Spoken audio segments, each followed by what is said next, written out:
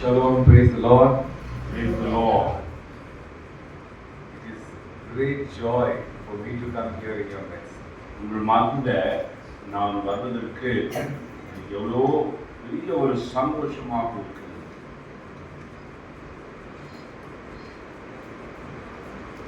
Only tears can roll down if I think of how God started my journey. என்னுடைய பயணத்தை எப்படியாக, அதாவது வாழ்க்கை பயணத்தை தேவன் எப்படியாக என் வாழ்க்கையில் ஆரம்பித்தார் என்பதை நினைத்துக் கொள்ளும் பொழுது என் கண்களிலே கண்ணீர் வருகிறது. But before that, I just like to thank God for this wonderful opportunity that God has given to be in this place. இந்த இடத்துல தேவன், அதாவது கில்கால் சபையில் இந்த நாளிலே எனக்கு கொடுத்த தருணத்துக்காக நான் ஆண்டவருக்கு நன்றியை தெரிவித்துக் கொள்கிறேன். And I thank Prakash Anand and Karunaka for inviting me, and also thank each and every one of you seated here for giving me this opportunity to share the word of God. தேவனுடைய வசனத்தை உங்கள் மத்தியிலே நான் பகிர்ந்து கொள்ளும்படியாக நீங்கள் யாவரும் எனக்கு கொடுத்த அழைப்புக்காக நான் மிகவும் நன்றியை தெரிவித்துக் கொள்கிறேன். It is one of the most joyful experiences that happened to me when I stepped into the Harman house of worship. நம்முடைய அதாவது ஸ்தானிக்க சபையாக பெங்களூர்ல எர்பன் ஹவுஸ் ஆஃப் வர்ஷிப்ல அந்நாட்களிலே நான் அங்கே என் காலடியை வைத்த நாட்களை நினைவு கொள்கிறேன். I am very, very thankful to God for what He has done with my life. என்னுடைய ஜீவியத்தில் என் தேவன் அவர் செய்ததற்காக, என் வாழ்க்கையில் செய்ததற்காக நான் மிகவும் நன்றியை தெரிவித்துக் கொள்கிறேன். Today, House of Gilgal is a house of memorial, right? It's a memorial what God has done to the Israelites. And today I stand here as a memorial.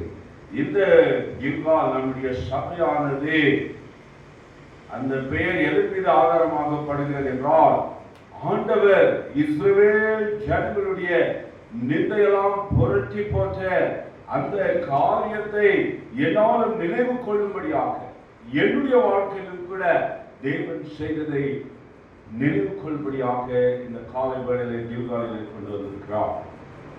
You know, this is the first time after I have been saved in the Buxing Fellowship, Uncle Buxing Fellowship, and God has given on this day, at this appointed time, this opportunity.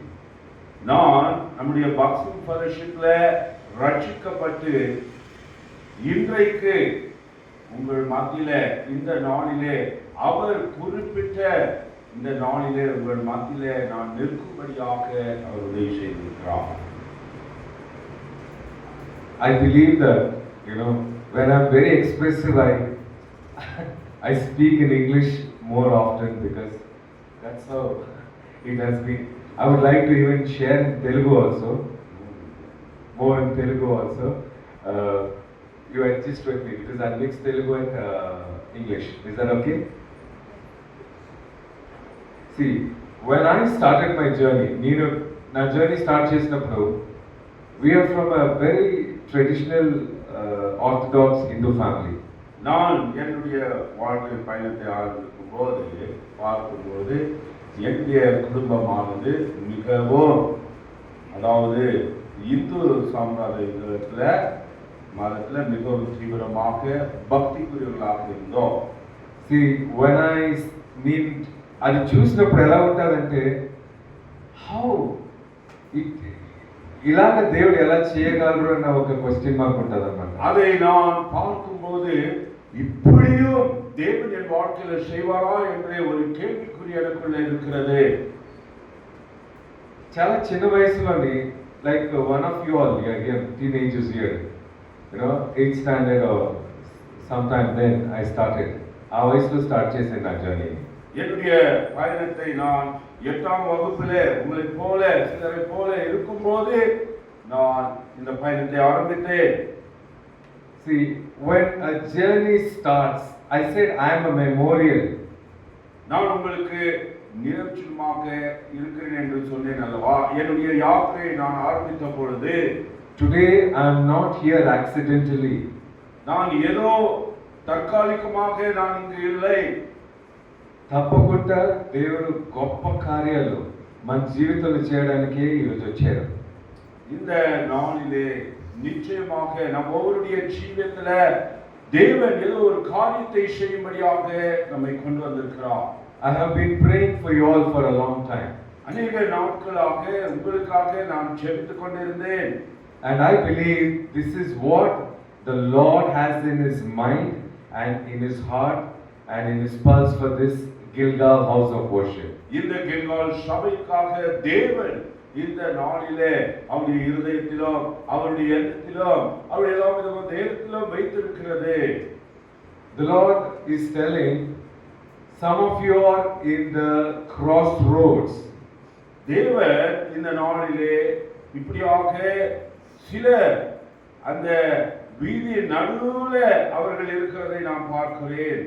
ఏ దిక్కుని వెళ్ళాలని తెలియకుండా ఏం నిర్ణయం చేయాలని తెలియకుండా ఏమి చేయాలని తెలియకుండా చాలా జనాలు ఉన్నారని నేను చెప్పారన్నమాట.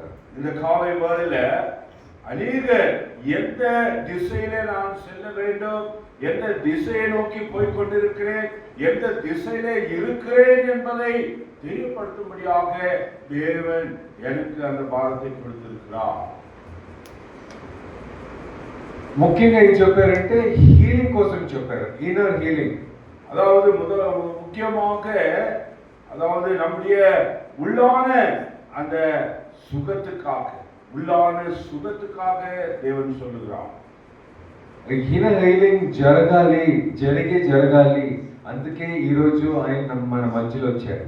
இந்த நாளிலே நம்முடைய உள்ளான இருதயமானது சரிப்பட வேண்டும், சுகப்பட வேண்டும் என்பதற்காக அவர் நம்ம மத்தியில வந்திருக்கிறார். ఇక్కడ మీరు వచ్చి ఉండొచ్చు, లే ఎవరో ఒకరి కోసం మీరు ప్రార్థన చేస్తుండొచ్చు. நீங்கள் வந்திருப்பது யாரோ ஒருவருக்காக ஜெபித்து கொண்டு வந்திருக்கலாம். God is going to work. అన్ని విధాలుగా ఆయన క్రియేట్ చేయబోతారు ఈరోజు. இந்த நாளிலே எல்லா விதத்திலும் அவருடைய கிரியையை செய்ய போகிறார். I am not used to preaching in Telugu. I am only used to preaching in English. I will try my best with the help of the Holy Spirit how I can get it across. But I believe the Spirit of God is going to speak to all of us. ஆவியானவர் தாமே நம் யாவருக்கும் இந்த நாளிலே நிச்சயமாக பேசுவார். நான் எப்பொழுதும் ஆங்கிலத்துல பேசினதுனால தெலுங்குல சற்று எனக்கு அங்கே குழப்பம் இருக்கலாம். ஆனாலும் ஆவியானவர் தாமே இந்த நாளிலே நம் ஒவ்வொருவருக்கும் தேவையானதை அவர் பேசுவாராக. కుழపంల బిబ్లికల్ లాంగ్వేజ్ బిబ్లికల్గా తెలుగు ఎలా మాట్లాడతారో అలా నాకు రాబోవచ్చు. బట్ పాయింట్ హియర్ ఇస్ తెలుగులో ఏం చెప్పాలనుకుంటున్నారో ఆయన చెప్తారు. அவர் தெலுங்குல என்ன சொல்ல வேண்டுமோ அதை நிச்சயமாக சொல்லுவார்.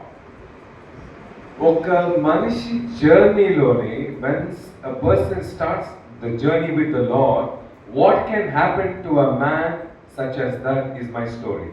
தேவன் ஒரு மனிதனுடைய வாழ்க்கையில அவருடைய வாழ்க்கை பயணத்தை ஆரம்பிக்கும் போது அந்த மனிதனுக்கு என்ன நடந்திருக்கும் என்பதுதான் என்னுடைய கதை. If I don't tell you this and if I only preach, it will not be justice. இதை நான் சொல்லாமல் நான் வெறும் செய்தியை கொடுப்பேன் என்றால் அது நியாயமல்ல. Why I have come here, what has made me to come here to come and give the message, you should know the reason. நீங்கள் நான் எதற்காக வந்திருக்கிறேன், எதற்காக செய்தியை கொடுக்க போகிறேன் என்ற காரணத்தை நீங்கள் அறிந்து கொள்ள வேண்டும், தெரிந்து கொள்ள வேண்டும். I have friends just like you all have your school friends. So Uncle Adimulam, I know that most of you know Uncle Adimulam, right? Yeah.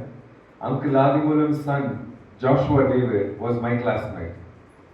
So that's how I got used to, connect with their family, and I was invited to visit their house quite often.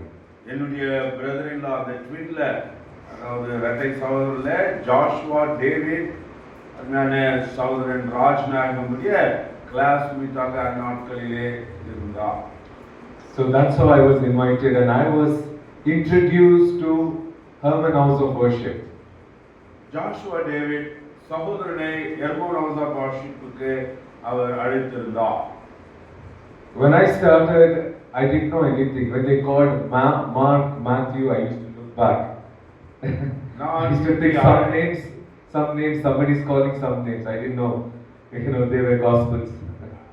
அவர்கள் அந்த நாளிலே சபைக்கு அழைத்த போது அங்கு கொடுக்கின்ற செய்தியில அவர்கள் சொன்ன வார்த்தைகள், அதாவது மேத்யூ என்று சொல்லும் பொழுது நான் அதை புரிந்து கொள்ளாமல் இருந்தேன். யாரை குறித்து சொல்கிறார்கள் என்று அறிந்து கொள்ளாமல் இருந்தேன். That is how God started. அப்படியாக என் வாழ்க்கையில தேவன் ஆரம்பித்தார். And I sincerely asked God. I looked up to the skies and said, Lord, who are you? நான் முழுமையாக மிகவும் திடமாக தெளிவாக, தேவனே நீ யார் என்று நான் கேட்டேன். My mother is from an Orthodox Telugu family, and they had gods and goddesses. என்னுடைய தாயார் பார்க்கும்போது இந்து சமுதாயத்துல தெலுங்கு மொழியை பேசுகிறவர்கள், அவர்களுக்கு அநேக தேவர்கள் இருந்தார்கள். So my question was, who is this God? என்னுடைய கேள்வி என்னவென்றால், இந்த தேவன் யார்? And that's when the Lord sought after me. இப்படியாக தேவன் என்னை தேட ఆరంభించాர். ఎందుకంటే పిలిస్తే పలికే దేవుడు యేసు ప్రభు మాత్రమే, వేరే ఎవరు లేదు. పిలిస్తే పలికే దేవుడు, கூப்பிட்ட பதிலளிக்கிற தேவன் இயேசு கிறிஸ்து மாத்திரம் தான். ஓகே. தேவன் கர்த்தராகிய இயேசு கிறிஸ்துவானவர் நாம் கூப்பிடும் பொழுது பதிலளிக்கிறவர். జస్ట్ క్యాజువల్ గా టీనేజర్ ని క్యాజువల్ గా అడిగాను. క్యాజువల్ గా అడిగితే ఆయన చాలా సీరియస్ గా తీసుకొని నా వెంటపడారన్నమాట. ஏதோ சாதாரணமாக சாதாரணமாக நான் அவரை கேட்டேன். ஆனால் அவரோ, தேவனோ என்னை தீவிரமாக என்னை தேட பின்தொடர்ந்து ஆரம்பித்தார். ఎక్కడికి వెళ్ళినా వదలలేదన్నమాట. నాకు எங்கு சென்றாலும் என்னை விடவில்லை. ఏ వైపు వెళ్ళినా ఆయన కోసమే. మరి எங்கு சென்றாலும் எந்த திசையில் சென்றாலும் அவர் இருக்கிறார். ఆయన ఏం తెలుసుకున్నారంటే, నిజంగా నేను అడిగాను మనసు నుంచి, ఎందుకంటే I'm confused with so many gods and goddesses. எவ்வளோ தேவர்கள் வழிபடுவதனால நான் மிகவும் பார்க்கும்போது நான் ஒன்றிலும் நான் சரியாக புரிந்து கொள்ளாமல் இருந்தேன். So God really sought after me.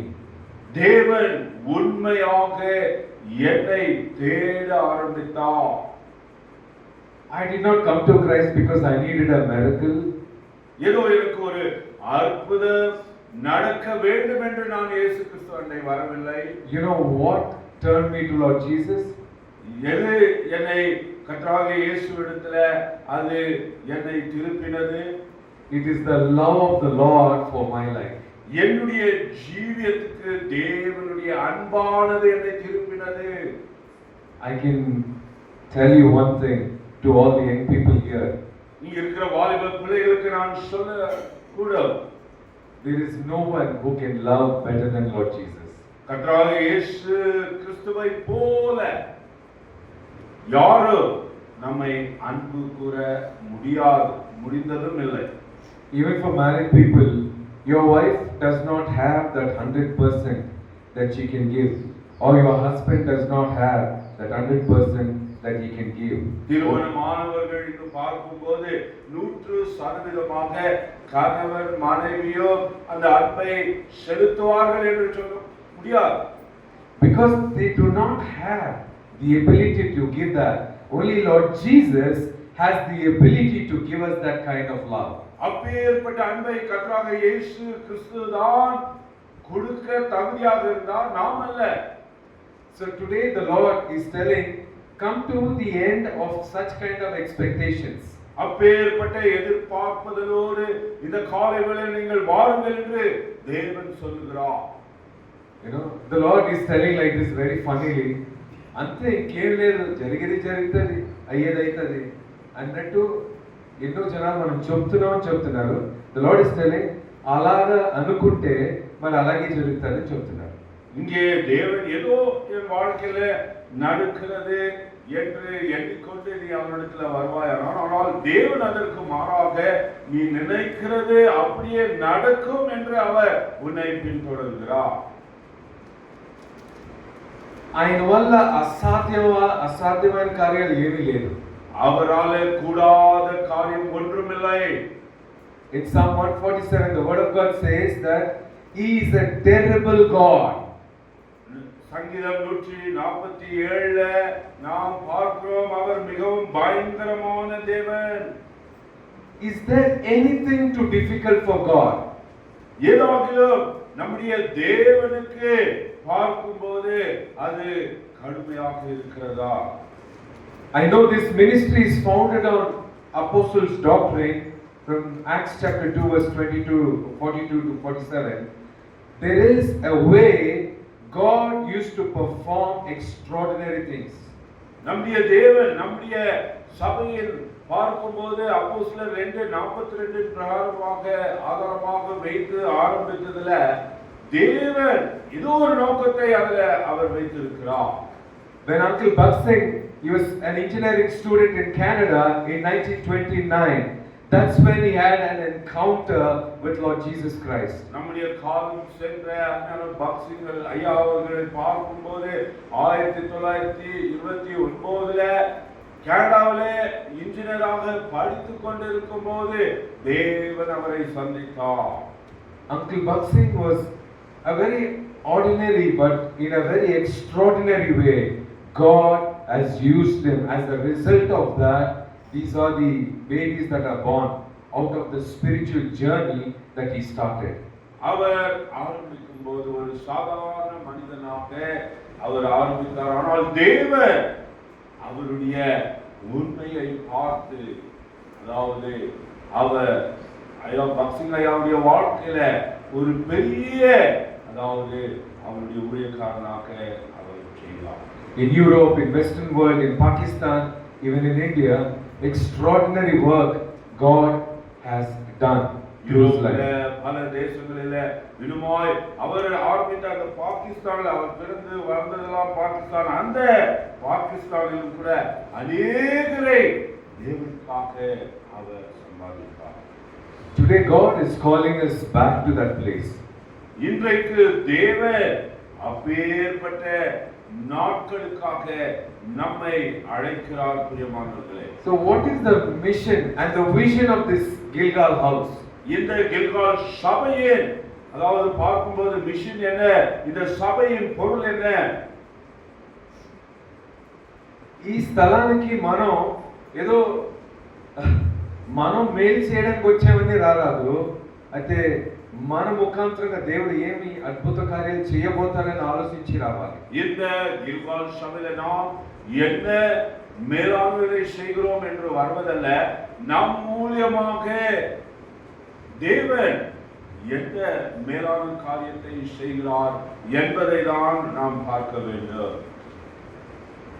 When I started as a teenager, I started this journey from this fellowship, and Uncle Benner from Hyderabad, he was the one, he's a scientist, he was the one who led me to Lord Jesus Christ. On this October 2nd, early morning 2:30, myself and one of my friends Satyaraj, we both committed our life to Lord Jesus Christ. That's where I had my encounter with Lord Jesus Christ. It is 1994. 1994 அக்டோபர்ல அருமையான அந்நாட்களிலே வாலிபர்களை ஒன்று கூட்டிக் கொண்டிருந்த விஞ்ஞானி, அதாவது டயக்கர் பென்னர் ஹைதராபாத்ல இருந்து வந்திருந்தார்.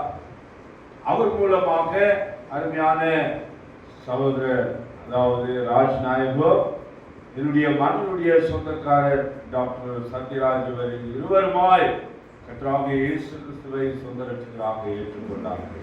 I started as one man. ஒரு மனிதனாக நான் நாளை ஆரம்பித்தேன். From a Hindu family. Hindu குடும்பத்திலிருந்து. The Lord has been faithful. The Lord truly has been faithful to touch many lives, to transform many lives. Not only that, my own family, my siblings, my mom, my father, and my children, my wife, we are all committed to Lord Jesus Christ.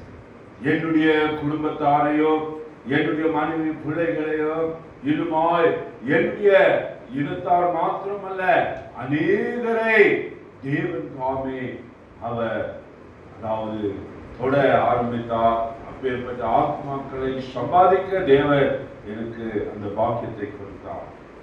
When you come to the house of God, it is not for the church, it is not for the pastor, it is for the glory of God. நாம் தேவனுடைய வீட்டுக்கு ஏதோ சபைக்காகவோ சபை போதகருக்காகவோ நாம் வருவதில்லை, தேவனுடைய மகிமைக்காக நாம் வருகிறோம்.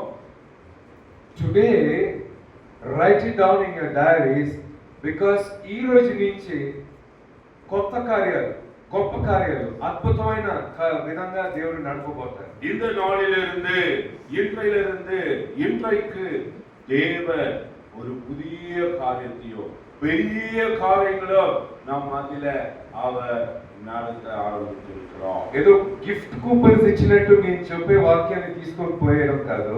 ఏదో பரிசு கூப்பனை கொடுத்து வார்த்தையை எடுத்துக்கொள்வது அல்ல. నో నో నో నో இல்லை. ఈ రోజు దేవుడు మనతో మాట్లాడే మాటల ద్వారా మనం చేసే కమిట్మెంట్ ఎటువంటి కమిట్మెంట్ ఉంటుందంటే మన లైఫ్ జర్నీనే మొత్తంగా మారుస్తుంది అన్నమాట. இந்த நாளிலே தேவன் நம் மத்தியிலே செய்யப்போகிற காரியத்திலே நாம் எப்பேற்பட்ட தீர்மானத்தை எடுக்கிறோம், அந்த தீர்மானத்தின் மூலமாக என்ன காரியங்கள் நடக்க போகிறது என்பதை பார்க்கிறோம். It is not easy for me to come and stand here. ஏதோ இங்க வந்து நிற்பது எனக்கு அவ்வளவு சுலபமான காரியம் அல்ல. మినిస్ట్రీ అంత తేలికైంది కాదు. ஏதோ சேவை என்பது எவ்வளவு சாதாரண காரியம் அல்ல. When God calls somebody, it is so important to hear God and speak the same thing. தேவன் யாரை அழைக்கிறாரோ நிச்சயமாக அவர் மூலமாக என்ன பேசுகிறார் அந்த వార్తకాక నా వాంఛయోడు కాకించ வேண்டும். ఎంతో గాస్పుల్, ఎంతో వాక్యం ఏమేమంతా ఆలకించుండొచ్చు, బట్ ఇప్పుడు జరిగే కార్యాలు వచ్చి అటువంటిగా ఉండదు. కొత్త కొత్త కొత్త విధంగా దేవుడు నడపబోతారు. எவ்வளவு சுவிசேஷங்களை கேட்டிருக்கலாம், எவ்வளவு தேவனுடைய வசனங்களை கேட்டிருக்கலாம், ஆனால் இந்த நாளிலே தேவன் நம் மத்தியில் ஒரு புதிய காரியத்தை அவர் செய்ய போகிறார். ఎవరైనా ఉండి Abraham was you know who Abraham was.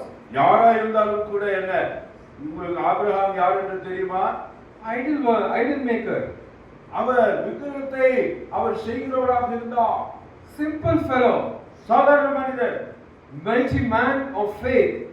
பார்க்கும்போது விசுவாசத்துல வல்ல மனிதனாக இருந்தார். From an idol maker to a man of faith, father of many nations, was created from being a simple guy, very simple man. ஏதோ ஒரு சாதாரண மனிதனாக ஆபிரகாமை விக்கிரகங்களை அதாவது வார்த்தைவித்த செய்த ஒரு மனிதனை விசுவாசத்தின் தகப்பனாக அநேக தேசங்களுக்கு தகப்பனாக தேவன் செய்தார்.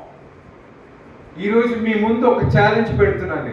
இந்த நாளிலே உங்கள் மத்தியில் ஒரு சவாலை வைத்துவிட்டு போகிறேன். ఉత్తు అబ్రహాముకు మాత్రం దేవుడు కాదు ఆయన. ஏதோ ஆபிரகாம் மாத்திரம் தேவன் அல்ல அவர். ఈసాకుకు మాత్రం దేవుడు కాదు ఆయన. ஈசாக்குக்கும் தேவன் அல்ல அவர். ఉత్తు ఇజ్రాయెల్కి మాత్రం దేవుడు కాదు. இஸ்ரவேல் ஜனங்களுக்கு மாத்திரம் அவர் தேவன் அல்ல. నాకు ఆయన దేవుడిగా ఉన్నారు. எனக்கும் அவர் தேவனாக இருக்கிறார். మీ పేరు చెప్పి రాజనాయకునికి దేవుడిగా ఉన్నారు.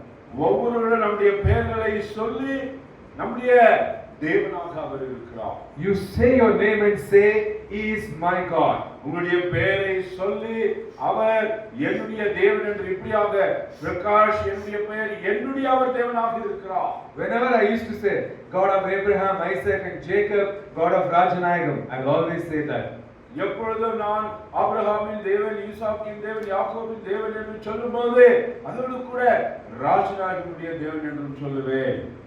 మీ పేరులతోని మీ కుటుంబంలోని అద్భుతమైన కార్యాలు చేయడానికి ఈ రోజు కొత్తగా you never seen such a way of God's work.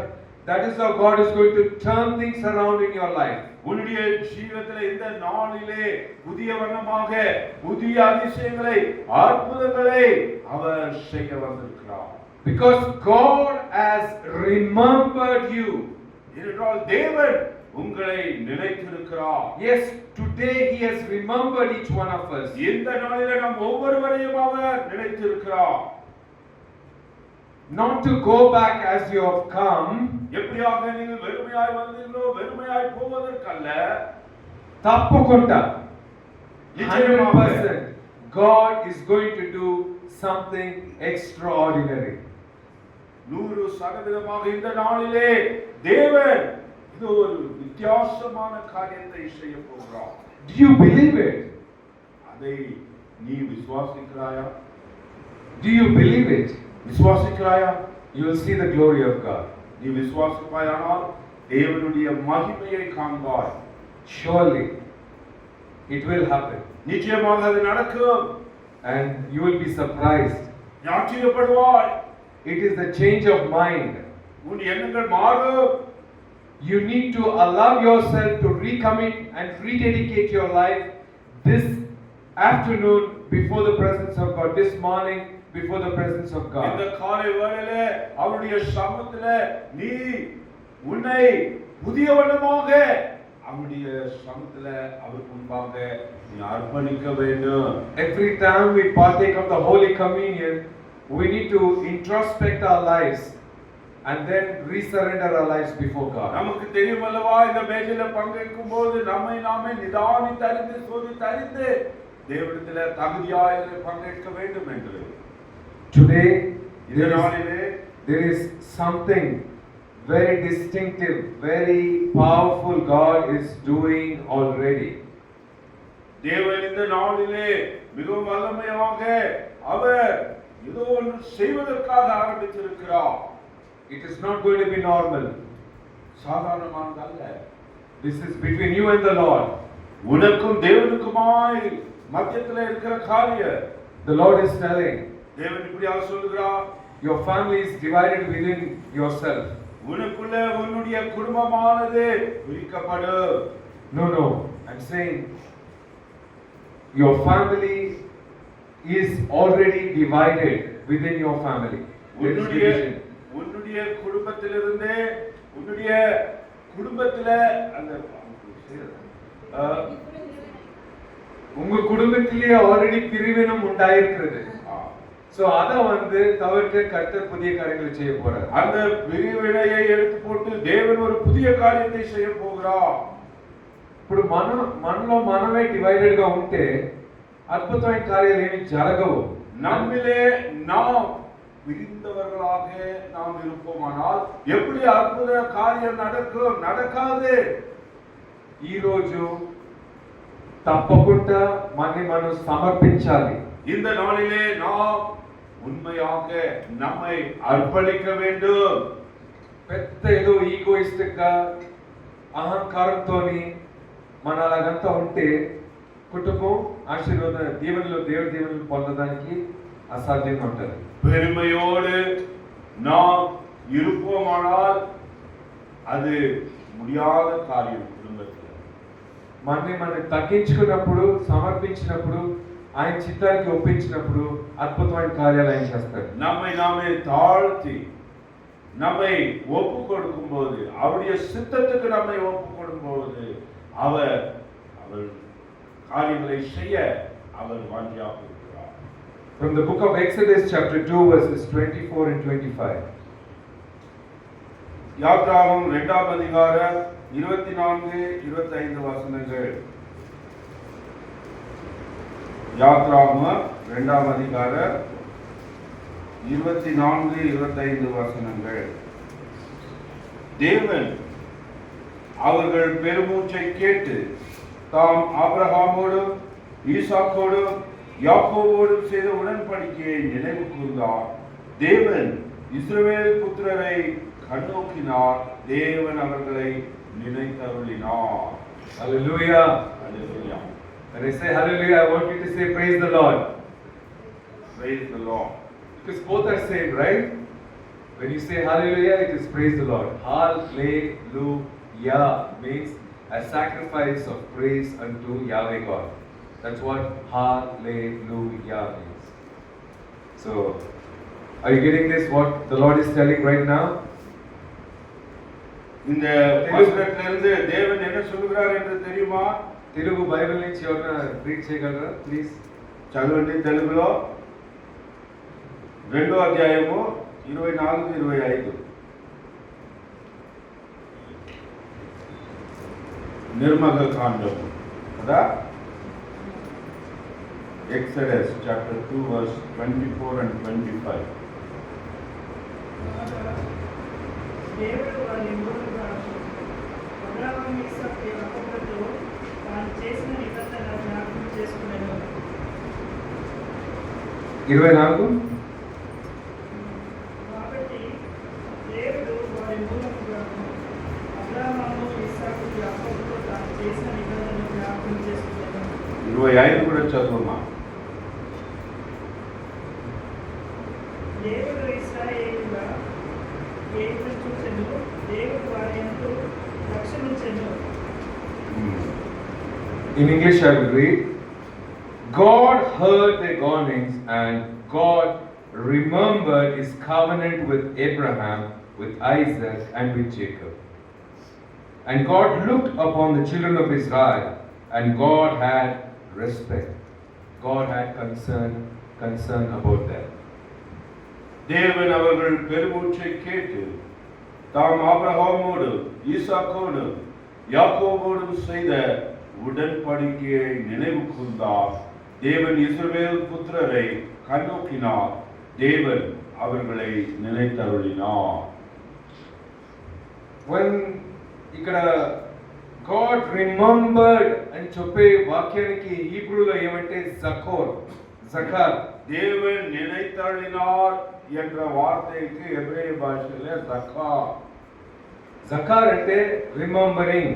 Jacquard என்றால் నిனைவு కూరుదల్. ఇప్పుడు మనం అంతా రిమెంబర్ అంటే ఓకే గుర్తు చేసుకుంటాం అంతే, రైట్? గుర్తు చేసుకుంటాం అంతే.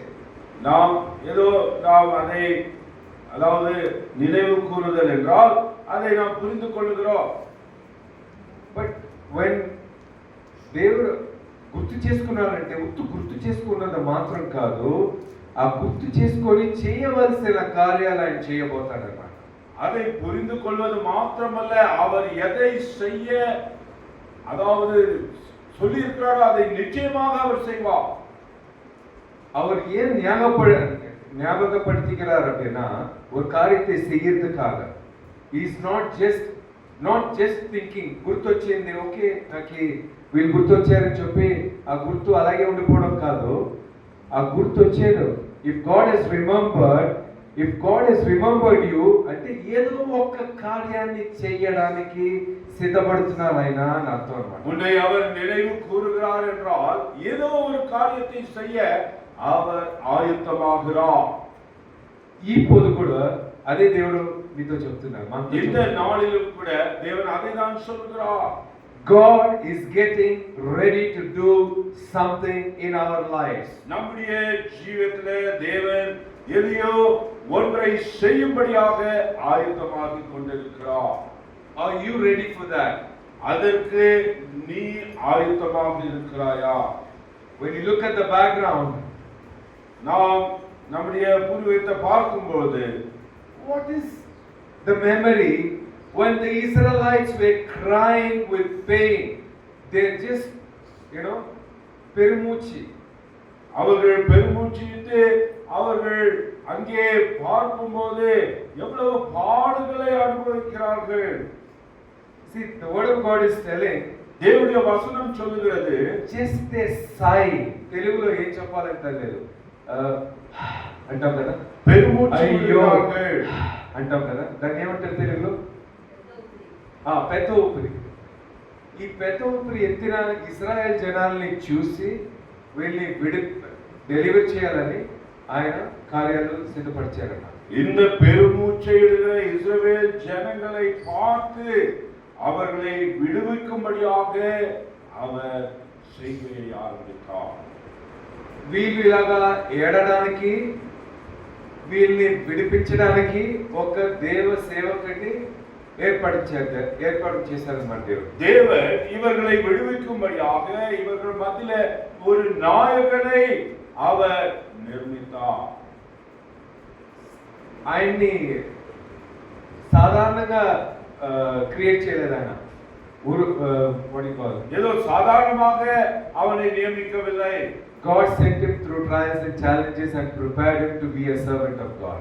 அவரை பல விதமான உபத்திரவங்கள் மத்தியிலோ பாடுகள் மத்தியிலோ அவனை கொண்டு போய் தேவனுடைய ஊழியக்காரனாக அவர்கள் மத்தியில வைத்தார். Even for you at Gilgal, இந்த கில்காலிலே உனக்கும் கூட God is not, partial to anyone. அவர் பட்சபாதம் செய்கிற தேவன் அல்ல. He is raising and doing the same thing again and again. மறுபடியும் அதையே அவர் நம்மிலே எழுப்பி செய்கிறவராக இருக்கிறார். Because he loves us. ஏனென்றால் அவர் நம்மில் அன்பு கூறுகிறார். Even though we are not sensitive, நாம் அதை மிகவும் கூர்மையாக அதை நாம் புரிந்து கொள்ளாமல் போனாலும், but God is remembering us. ஆனால் தேவன் நம்மை நினைவு கூறுகிறார். What is he remembering? எதை அவர் நினைக்கிறார்? The Lord is telling, I have bottled all your tears. அதாவது உன்னுடைய கண்ணீரை நான் துருத்தியிலே நான் சேர்த்திருக்கிறேன் என்று சொல்கிறார். A bottle of water we drink, but God is telling, your tears have been bottled and it's just right before me. இந்த பாட்டில் இருக்கிற தண்ணீரை நாம் பார்க்கிறோம் அல்லவா, அதுபோல தேவன் உன்னுடைய கண்ணீரை இந்த துருத்தியிலே நான் நிரப்பி வைத்திருக்கிறேன் என்று சொல்கிறார். Because at the appointed time, அவருடைய குறிப்பிட்ட நாளிலே he has decided to do something on those things. அதன் மீது அவர் என்ன செய்ய தீர்மானித்திருக்கிறாரோ அதை நிச்சயமாய் செய்வார். Today the Lord is journeying with you in this journey. இந்த நாளிலே உன்னோடு கூட அவரும் ప్రయాణం செய்து கொண்டிருக்கிறார். ఎన్నోసార్లు మనం ఎలా ఏడుస్తామంటే ఏదో మనకి దేవుడే లేనట్టు, యేసయ్య మన కొరకు ఏం చేయలేనట్టు, మనం ఒంటరిగా ఎక్కడికో వెళ్ళిపోయినట్టు అలా ఏడుస్తూ ఉంటాం. நாம் எப்படியாக நம்மிலே தேவன் எதையும் செய்யவில்லை, என்னோடு கூட இல்லை, எனக்கு யாரும் இல்லை என்று நாம் தனிமையிலே நாம் ஓடிக்கொண்டிருக்கிறோம். This is not the way God is expecting from us. இந்த விதமாக தேவன் நம்மிடத்திலிருந்து எதிர்பார்க்கவில்லை. We are not the people with hopelessness, but we are the people with endless hope. நாம் நம்பிக்கையற்ற ஜனங்கள் போல அல்ல, நம்முடைய நம்பிக்கை என்னாலும் இருக்கிற ஜனங்களாக இருக்கிறோம். The Lord wants முடிவே இல்லை, அந்த நம்பிக்கைக்கு முடிவே இல்லை. The Lord wants to reshape the vision and the mission that He has given to Gilgal. இந்த கில்காலுக்கு தேவன் வைத்திருக்கிற அந்த தரிசனத்தை அவர் செய்ய வாஞ்சிக்கிறார். What is Gilgal? கில்கால் என்றால் என்ன? Do you know what is Gilgal? Gilgal என்றால் என்ன என்று தெரியுமா? Can somebody say what is Gilgal? Gilgal என்றால் என்ன என்று சொல்லுங்கள். Can you answer me? What is Gilgal?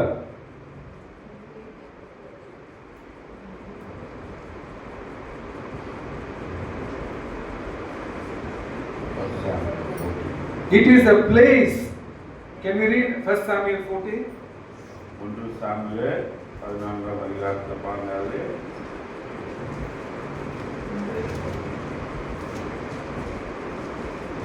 தேவன் அவருடைய நிந்தையெல்லாம் புரட்டி போட்ட இடத்துல அவர்கள் வந்து சேர்ந்த போது இடத்துக்கு கில்கால் என்று பாருங்க. 1 Samuel 13.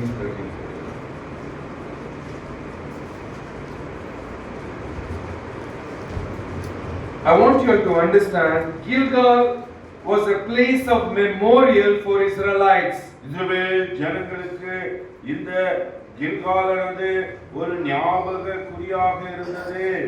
Gilgal is a significant, very significant place in the Bible.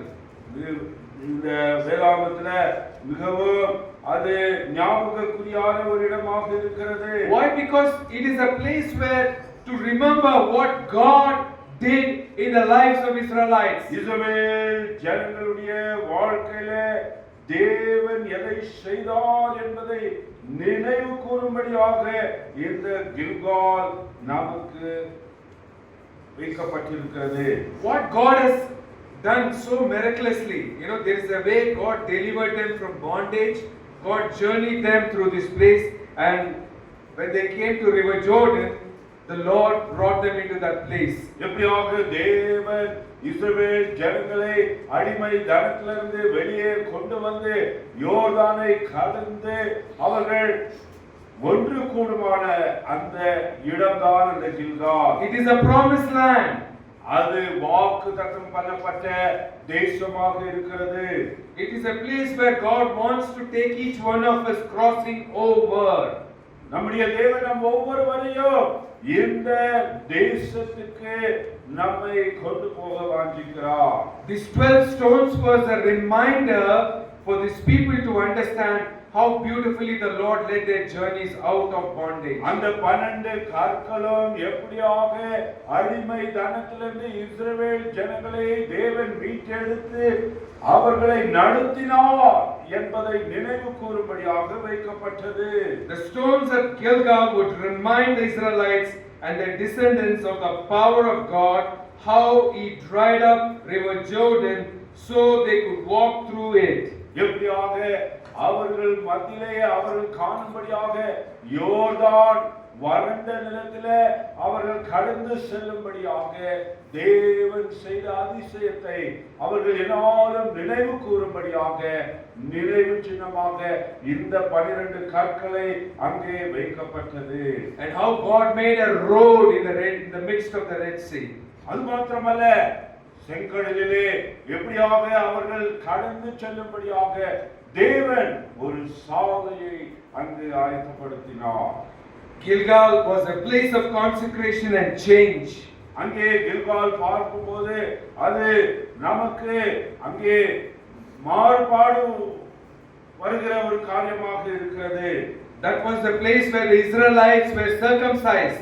அங்கேதான் இஸ்ரவேல் ஜனங்கள் பார்க்கும்போது அங்கே அவர்கள் சுன்னதம் செய்யப்பட்டார்கள். That's the place where they celebrated first Passover. அங்கேதான் முதல் அதாவது பஸ்காவை அவர்கள் கொண்டாடினார்கள். Today God is calling us back to that place. அந்த இடத்துக்கு தான் நம்முடைய தேவன் நம்மை அழைக்கிறார். To a place of consecration and change. அங்கே நாம் மாறும்படியாக நம்முடைய காரியங்கள் எல்லாம் மாறும்படியாக அந்த இடத்துக்கு அழைக்கிறார். Today I have come along with my wife Ruth and my son Judah and Victor. இந்த நாளிலே என் மனைவி ரூத்தோடு எனக்கு ஆண்டவர் கொடுத்த பிள்ளைகள் ஜூடா விக்டரோடு நான் வந்திருக்கிறேன். After praise comes victory, so that's the theme. பார்க்கும்போது அதாவது துதிக்கு பிற்பாடு வருகிற வெற்றி. So அதுதான் the name meaning. அது ஜூடா என்றால் துதியாடு. துதி, ஆண்டவரை துதிப்பது. துதிக்கு பின்னாடி வருவதுதான் வெற்றி, அது Victor. And Ruth represents the finish of all the curses, and she's she's in the genealogy of Lord Jesus Christ. From Ruth the curses were gone, 10th generation, and blessings entered into that community of people. நமக்கு தெரிந்த வண்ணமாக Ruth மூலமாக எல்லா விதமான சாபங்கள் அங்கு முறியடிக்கப்பட்டது, முடிந்தது. அதற்கு பிற்பாடுதான் தேவன் எல்லா ஆசீர்வாதங்களோடு கர்த்தராகிய இயேசு கிறிஸ்துவை கூட அந்த சந்ததியிலே வரவேற்கிறார். So the message for you all is that the Lord is going to give you praise, the Lord is going to give you victory, the Lord is going to break all those curses, all those things that have been holding us captive in whichever form. உங்களுடைய எல்லா விதமான அடிமைத்தனமான காரியங்களையும் சாபங்களையும் அவர் நீக்கி போட்டு உங்களுக்கு வெற்றியை தந்து அவரை துதிக்கும்படியாக அவர் செய்வார். How river Jordan was dried up. எப்படியாக யோர்தான் நதி அங்கு பார்க்கும்போது வற்றி போயிற்று. The same way, God is going to dry up the obstacles in your life even after this day. இந்த நாளுக்கு பிற்பாடு பார்க்கும்போது அப்பேற்பட்ட வறண்ட காரியங்கள் வற்றி போன எல்லாவற்றையும் தேவன் எடுத்து போடுவார். What is not allowing you to cross you over into your promises? உன்னுடைய எல்லா விதமான வாக்கு தத்தங்களை நீ மேற்கொள்ள தடையாக இருக்கிற காரியங்கள் என்ன? The Lord is going to take you over. தேவன் உன்னை அதை எல்லாவற்றையும் மேற்கொள்ள செய்வார். He is definitely going to hold your hands to cross you over into your promises. உன்னுடைய வாக்கு தத்தங்களை நீ பெற்றுக்கொள்ளும்படியாக அவர் உன்னுடைய கரம் உன்னை பலமாக பிடித்துக் கொண்டு The Lord wants you to consecrate and give yourself into that change He wants you to have so that He can lead you into that place He has reserved for you. உனக்காக குறிக்கப்பட்ட வைத்து இருக்கிற அந்த சுதந்திரத்தை நீ பெற்றுக்கொள்ளும்படியாக தேவன் உன்னை கரம் பிடித்து அவர் நடத்துவார். Hallelujah. Hallelujah. I said hallelujah. Praise the Lord. Praise the Lord. Okay. Genesis chapter 8 verse 1 we can read. From Telugu, one person from Telugu, one person from Tamil will read that. ஆதியாகமம் 8ஆம் அதிகாரம். Genesis chapter 8 verse 1. முதல் வசனம். தேவன் நோவாவையும் அவனுடனே பேழையிலிருந்த சகல காட்டு மிருகங்களையும் சகல நாட்டு மிருகங்களையும் மேற்கொண்டினார். தேவன் பூமியின் மேல் காற்று வீச பண்ணினார். அப்பொழுது ஜலம் சமாதானமாயிற்று. And God remembered Noah and every living thing and all the cattle that was living in the ark. And God made a wind to pass over the waters of the earth. దేవుడు నోవాహును అతనితో కూడా ఓడలోనున్న సమస్త జంతువులను సమస్త పశువులను జ్ఞాపకం చేసుకోవాలి. దేవుడు భూమి మీద వాయువు విసురునట్లు చేయడం వలన నీవు తగ్గిపోయింది. Once again, God remembered Zakar. God remembered. Why God remembered? Because He wants to do something there. That's why God remembered. What happened after that? Can you go down verse 3 and 4, please? And the waters returned off the earth continually. And after the end of the 150 days, the waters are abandoned. And the ark stood in the 7th month, and the 17th day of the month, upon the waters of the earth. Hallelujah. I'm so excited Praise the Lord. for you to read this scripture. You know why? Today, as I was reflecting on it, I was so shocked to know in God's calendar we are very close to that place. This is the 7th month. In God's calendar, this is the 7th month, and today is the 13th day. And that's talking about 17th day. அவருடைய கால அட்டவணையிலே இது 7ஆம் மாதமாக இருக்கிறது. அந்த 7ஆம் மாதத்தின் 17ஆம் நாள் இதை நாம் இங்கு வாசிக்கிறோமே. Do you know what these times are? இந்த కాలంలో என்னவென்று உங்களுக்கு தெரியுமா? ఎప్పుడో ఎస్ఐ వచ్చేసి ఎప్పుడో ఏమో చేసేసి సిలువలో వెళ్ళిపోయి చనిపోయిన తర్వాత ఇట్స్ నాట్ లైక్ దట్. ஏதோ இயேசுவானவர் வந்து இங்கு வாழ்ந்து சிலுவையிலே மரித்து அவர் போய்விட்டார் என்று அல்ல. And you know, the birth, death, resurrection, everything has God's appointed times. பிறப்பு, மரணம், உயிர்த்தெழுது எல்லாம் அவர் குறிப்பிட்ட காலங்களிலே எல்லாம் நடந்தது. In the book of Leviticus we see, don't take it, I'm just giving you. It says God has His own appointed times in the calendar of God. ஆண்டவருடைய கால அட்டவணையில தேவன் எல்லாவற்றுக்கும் அவர் குறிப்பிட்ட காலத்தை வைத்திருக்கிறார். லேவியர் புத்தகத்துல வாசிக்கலாம். So the book of Leviticus very clearly says to us that there is a season in which God is taking each one of us now. You know, in this தேவ time. புஸ்தகத்துல பார்க்கும்போது தேவன் இதோ நம் ஒவ்வொருவரையும் அப்படியாக அவர் நடத்த வாஞ்சிக்கிறார். The waters resided. இங்க பார்க்கும்போது தண்ணீரானது வற்றி போயிற்று. Even at Gilgal, right? கில்காலிலோ It has the waters resided. The waters, you know, the Lord emptied that place so they could cross over. And now, even here, you understand the connection. இந்த இடத்திலும் கூட பார்க்கும்போது நோவாவும் அவருடைய குடும்பமும் அந்த பேழைக்குள்ள எல்லாம் இருந்தார்கள் அல்லவா, அந்த ஜலமானது நாம் வாசித்த வண்ணமாக அந்த பூமியானது வற்றி போயிற்று. Today I am speaking God's word at Gilgal. God is going to reside. The Lord is going to bring down those obstacles, those hindrances, you know, to nothing. All the obstacles that you see today, right now in your life, whatever may be the obstacles, maybe financial, maybe relationships, maybe whatever area you're stagnant, God is going to reside those waters so that He can be glorified. என்ன தடைகளாக உன்னுடைய வாழ்க்கையில் இருந்தால், ஒருவேளை பணம் தடையாக இருக்கிறதா, உன்னுடைய உறவு தடையாக இருக்கிறதா, உன்னுடைய சரீரத்தில் இருக்கிற பலவீனங்கள் தடையாக இருக்கிறதா, இவை எல்லாவற்றையும் தேவன் இந்த நாளிலே தடையாக இருக்கிற காரியங்களை எல்லாம் அவர் வற்றி போட்டு உன்னை அதுல வெற்றி அடையும்படியாக அவர் செய்வார். Like Abraham in Genesis 19:29, you don't take the scriptures, but this is the same word. It says Zakar again, remember. God remembered Abraham. Maybe you can read in Tamil. Genesis 19:29. ஆதியாகமம் 19:29 நாம் வாசிக்க கேட்போம். தேவன் அந்த சமபூமியின் பட்டணங்களை அழிக்கும்போது தேவன் ஆபிரகாமை நினைத்து லோத்து குடியிருந்த பட்டணங்களை நாம் கவிழ்த்து போடுகையில் லோத்தை அந்த அழிவின் நடுவிலிருந்து தப்பி போகும்படி அனுப்பிவிட்டார். Hallelujah. Praise the Lord. Are you getting the picture? What God is trying to tell to us?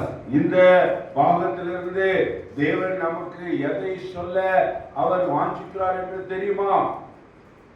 Lot was spared because of Abraham. ஆபிரகாமின் நிமித்தம் இங்கே லோத்தானவன் அவன் தப்பி போகிறான். Maybe your sons, maybe your daughters, they have gone astray. They are not where God is calling them to be, and you are interceding for them.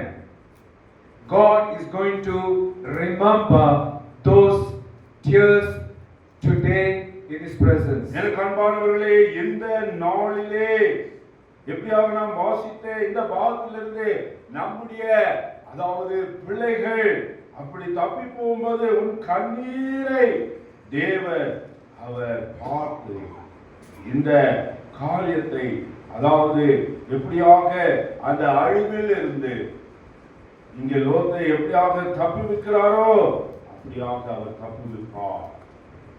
Whenever it says God remembered, He did not just remember, but He did something after that. Because in Hebrew language, when you say listening, it's not just listening like how we listen. If you listen, you must do. Whatever you listen to, you must do. That's what listening means. Even here, when it says Zakar, God remembered means not just remembering, but God remembered in order to set these people free, deliver them. எபிரேய பாஷையிலே எப்படியாக ஜகார் தேவன் நினைவு கூர்ந்தார் என்றால் அதை விட அவர் அப்படியே விட்டு விடவில்லை.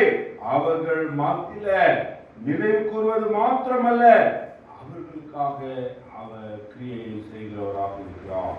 நினைவு கூர்ந்தார் அப்படின்னு சொல்ற வார்த்தை அவர் செய்கையோட ஒட்டி இருக்கிற காரியமா இருக்கு. You understand? దేవుడు ఆలకించారంటే ఉత్తు ఆలకించడం మాత్రం కాదు, దాంతో పాటు ఆయన ఏం చేయాలో అది చేస్తాడన్నమాట. వెనెవర్ యు సే మనం ఆలకించాము, అంటే గుర్తు ఆలకించడం మాత్రం కాదు, ఆలకించి ఏం ఆలకిస్తున్నామో దాని ప్రకారంగా మనం చేయాలని దేవుడు ఎదురు చూస్తున్నారు. எதை நாம் நினைக்கிறோமோ அதை நாம் செய்ய வேண்டும் என்று அதன் பிரகாரமாக செய்ய வேண்டும் என்று தான் தேவன் வாஞ்சிக்கிறார். Whenever the Bible says, listen, O Israel, listen, that means what the Lord is telling, whatever I have spoken in the word of God, you must do it. That's what the Lord is telling. அங்கே தேவன் இஸ்ரவேல் ஜனங்களே எனக்கு செவி கொடுங்கள் என்று சொல்வதற்கு அர்த்தம் என்னவென்றால் செவி கொடுவது மாத்திரமல்ல அதன் பிரகாரமாக காரியங்களை செய்யுங்கள் என்று. Today what we are going to say is how God is doing things for us. He is going to do things for others whom we are praying for. We are seeing these things, right? இந்த நாளிலே எப்படியாக தேவன் நம்முடைய வாழ்க்கையில செய்வது மாத்திரமல்ல யாருக்கு நாம் ஜெபிக்கிறோமோ அவருடைய வாழ்க்கையில கூட செய்கிறதை நாம் பார்க்கிறோம் அல்லவா? Psalmist David, Psalm 77 verse 11. இங்கே சங்கீதம் 77:11 கூட நாம் இன்னொரு காரியத்தை பார்க்கிறோம். சங்கீதம் 77:11. கர்த்தருடைய செயல்களை நினைவுகூருவேன், உம்முடைய பூர்வ காலத்து அதிசயங்களை நினைவுகூருவேன்.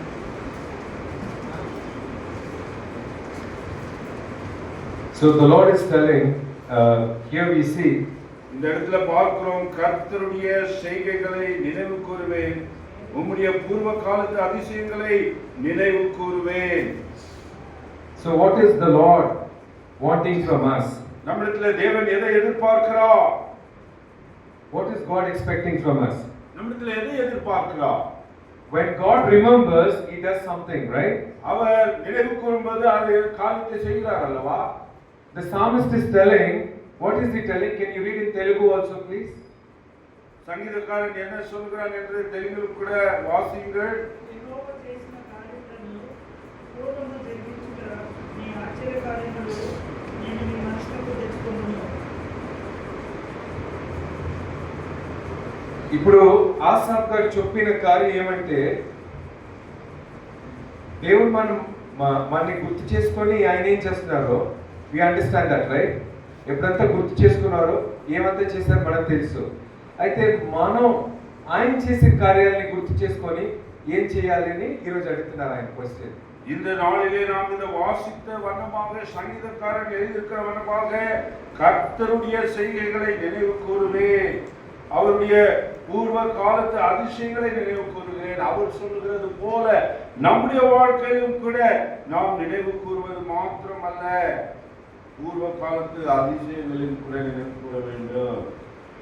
The Lord wants us to commit ourselves completely today. முழுமையாக நம்மை நாமே அவர்களை அர்ப்பணிக்க வேண்டும் என்று தேவன் சொல்லுகிறார். జకాత్ ఇంకొక వర్డ్ ఏంటంటే జకరియా, ఆలకించారు కదా prophet Zechariah. So that's also same God remember. அங்கே ஜக்கரியா தீர்க்கதரிசியை குறித்து நாம் வாசிக்கிறோம் அல்லவா? தேவன் நினைவு கூறுகிறார். So the Lord is doing something for us, and today as we going to come to the Lord's table, the Lord wants us to understand what are we going to do. இந்த நாளிலே தேவன் நாம் வாசித்த பாகங்களிலிருந்து ஒவ்வொரு தடவையும் அவர் நினைவு கூறுகிறார் என்று நாம் வாசித்தோமே, ஆனால் மாறாக நாம் அவருக்காக என்ன செய்ய போகிறோம்? Will you commit yourself before God? தேவனுக்கு முன்பாக புதியவனமாக உன்னை நீ அர்ப்பணிக்கிறாயா? This afternoon the Lord is going to heal us from inside out. இந்த மத்தியான வேளையிலே நாம் ஒவ்வொருவரையும் உள்ளப்புறமாகவும் வெளிப்புறமாகவும் அவர் சுகமளிக்க வல்லவராக இருக்கிறார். God is going to deliver us from the things that have held us captive for a long time. அநேக நாட்களாக சிறைப்பட்டிருக்கிற காரியங்களை எல்லாம் தேவன் இந்த நாளிலே விடுதலை செய்ய வாஞ்சிக்கிறார். The Lord wants to take us into our promises. அவர் கொடுத்த வாக்கு தத்தங்களுக்கு நம்மை அழைத்து செல்ல வாஞ்சிக்கிறார். Oh house of Gilgal, are you ready to go? ஓ கில்கால் சபையாரே, நீங்கள் செல்வதற்கு ஆயத்தமாக இருக்கிறீர்களா? The Lord is telling to the young people, வாழ்வு பிள்ளைகளுக்கு சொல்கிறார், do not get entangled with the political affairs of this life. இந்த ஜீவியத்திலே இப்பொழுது இருக்கிற காரியங்களிலே நீங்கள் இடைப்பட வேண்டிய அவசியமில்லை. The Lord is telling, be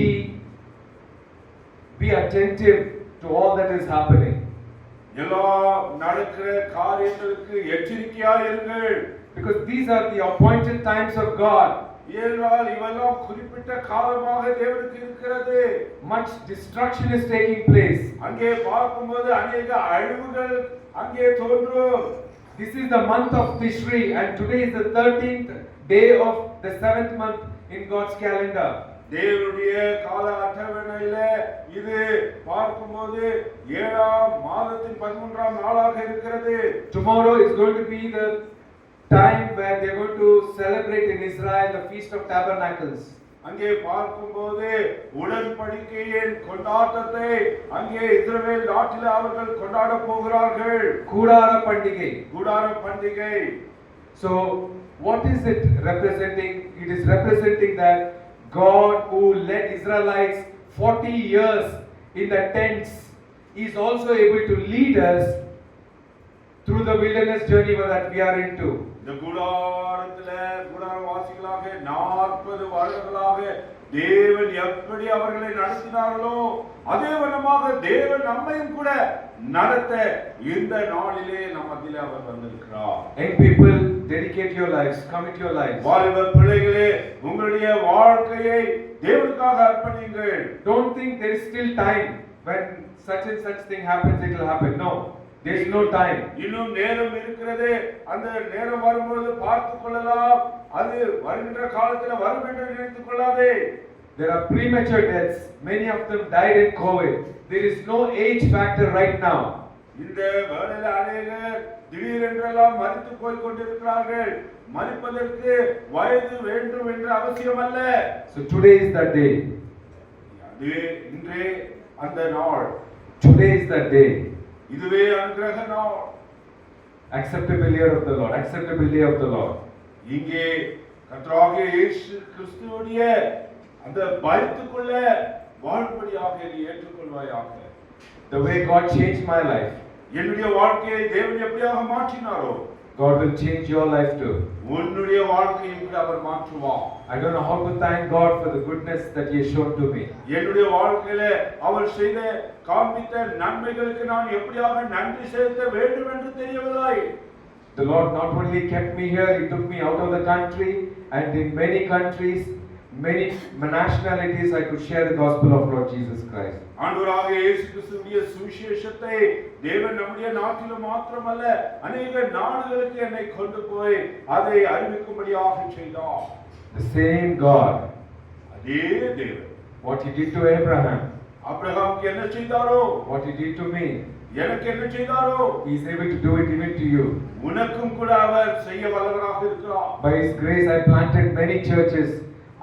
When I started, I never had a clue of the Bible, but it is His grace and tender mercies. Even today, those young people who are seated here, the Lord is telling, He is going to use you, some of you, in a very extraordinary way in His kingdom for His glory. எனக்கு பிரியமானவர்களே, அந்த வாலிப நாட்களிலே அவரை ஏற்றுக்கொண்ட நாள் முதல் கொண்டு அவருடைய இரக்கம் கிருபை நிமித்தம் अनेक சபைகளை கட்டும்படியான தேவன் எனக்கு கொடுத்தார். உங்களையும் கூட இந்த காலை வேளையில தேவன் அப்படியாக எதிர்பார்க்கிறார். Consecrate yourselves and commit yourselves for a big change, and you will see God will start moving from today. Things will change in your life. உன்னுடைய வாழ்க்கையில எல்லாவற்றையும் ஒப்பு கொடுத்து நீ மனமாறுவாயானால் தேவன் எல்லாவற்றையும் உன் வாழ்க்கையில அவர் மாற்ற நல்லவரும் வல்லவருமாய் இருக்கிறார். May God Almighty bless His holy word. இந்த பரிசுத்த வார்த்தைகளை தேவன் தாமே வல்லமையான தேவன் ஆசீர்வதித்து தருவாராக. Amen. நாம் இந்த வசனத்தை ஆதாரமாக